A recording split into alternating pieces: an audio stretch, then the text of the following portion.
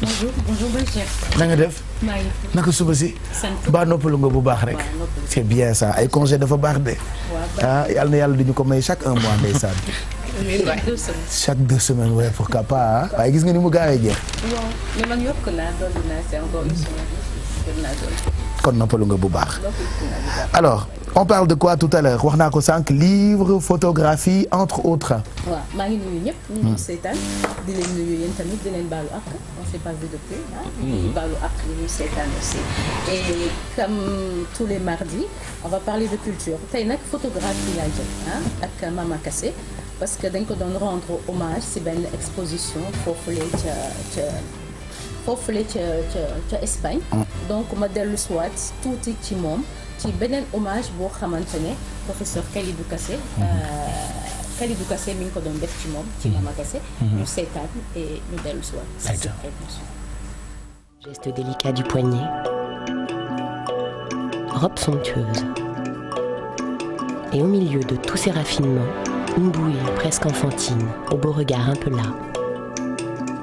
Cette chose à la fois banale et pourtant si difficile à saisir, la singularité d'un visage. Roland Barthes disait « Le portrait photographique est un champ de force où se croisent 4 imaginaires. Devant l'objectif, il y a celui que je crois être, celui que je voudrais être, celui que je suis dans le regard du photographe, et celui grâce auquel il exprime son art.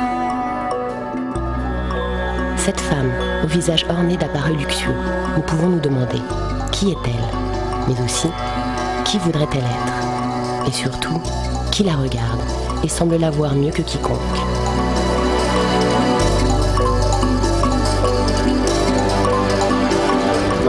Alors, pour dire vrai, j'ai un sentiment aujourd'hui très profond.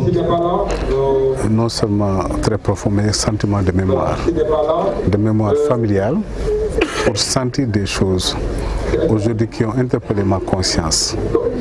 Parce que je sais que dans la famille, je reconnais des photos, je reconnais des visages. Mais c'est aujourd'hui que j'ai mesuré la dimension véritable de Mama Kassé, bien que c'était mon grand-père, c'était mon oncle, parce que Mama Kassé et Sala Kassé, c'était une relation aussi fusionnelle. Parce que moi, j'ai connu plus mon grand-père Sala Kassé, que j'ai fréquenté plusieurs fois. Mama Kassé, pareil, j'ai étudié ses œuvres et ses photos. Et comme l'a dit tonton Amadou. Voilà, donc c'est des œuvres du photographe Mama Kassé, c'est ça? ay œuvres am la ñuy exposé. waaw ay photographie wam waaw. en fait dañ koy def foofu la si benn genre musée foofu ca Madrid. léegi nag en fait loolu tax ma taxaw si ñu dellu soit tuuti ci photographie Mama Kassé parce que dañ doon wax ne c'est l'un des précurseurs de la photographie sénégalaise. ndaxte ñu bëri topp nañu ko si après comme frère am Sala Kassé te boo leen seetlu woon photographie woon ñëpp en noir et blanc la ko doon defee te li su bëri daf doon wane li esthétique sénégalaise. maanaam esthétique bu njëkk ba li ñu doon solo ak yiw bu mu àndal et dans ces photographies il captait des regards ay yenn positions yi c'était des scènes de vie yoo xamante ne daf ko doon wane loolu nga xamante ne moo def notoriété bu Mama Kassé moom nga xamante ne photographe bu am solo la def nañu sax benn film ci moom benn italienne moo ko def ku tudd Elisa Merigetti moom tamit di ko rendre hommage pour wax ne liggéey bu am solo la ba nga xamante ne ñi nga xamante ne ñoo nekk bitim réew ñoom tamit bàyyi nañu xel si liggéeyam looloo tax nag tey ma dellu si ci Mama Kassé ngir ñu fàttali ko tuuti wane lan moo doon taxawaayam ci wàllum aada ak wane li nga xamante ne mooy cosaan ak aada bu Sénégal bay. voilà donc expo bi mu ngi am ca Madrid c'est ça. waaw Madrid la ñu amalee ci benn musée. donc c'est pour ça que je suis revenue sur ses œuvres et sur son travail pour ñu fàttali ko tuuti ñi nga xamante ne jot nañu def lu am solo ci wàllum photographie. d'accord bu weesoo photographie ban livre nga ñuy présenter tey. moi musulman je n'ai pas à me justifier manifeste pour un islam retrouvé. ku tudd Seydi Djamil Niane moom moo ko bind. Seydi Djamil Niane nag moom ndaw la il est né en 91 mais c'est un chercheur au Timbuktu Institute. donc moom docteur la en études arabes ci université bu Strasbourg.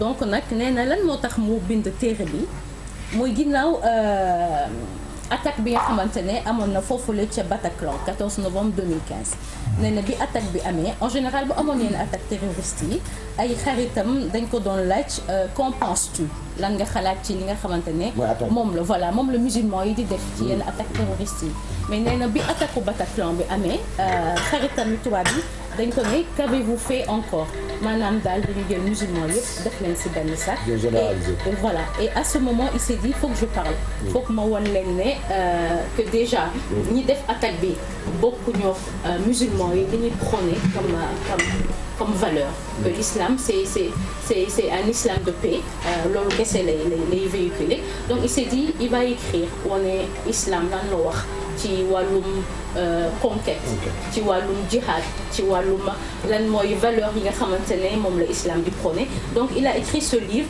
juste pour dénoncer les non voilà les musulmans ce sont des hommes de paix ce sont des hommes de vérité et ces musulmans disent non à la violence. Voilà, c'est une la palissade de dire que l'islam c'est une religion de paix. Oui, mais c'est un livre quand même intéressant. Il y en a beaucoup qui ne le savent pas. Oui.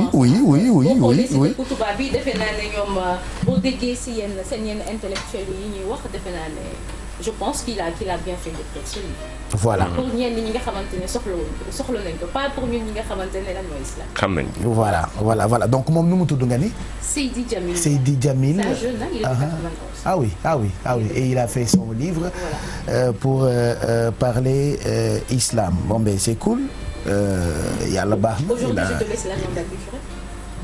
Man nga ko bëgg a bàyyi la bon d'accord naa la ko defal bu ci kanamee tuuti d'accord et puis on parlera de danse on recevra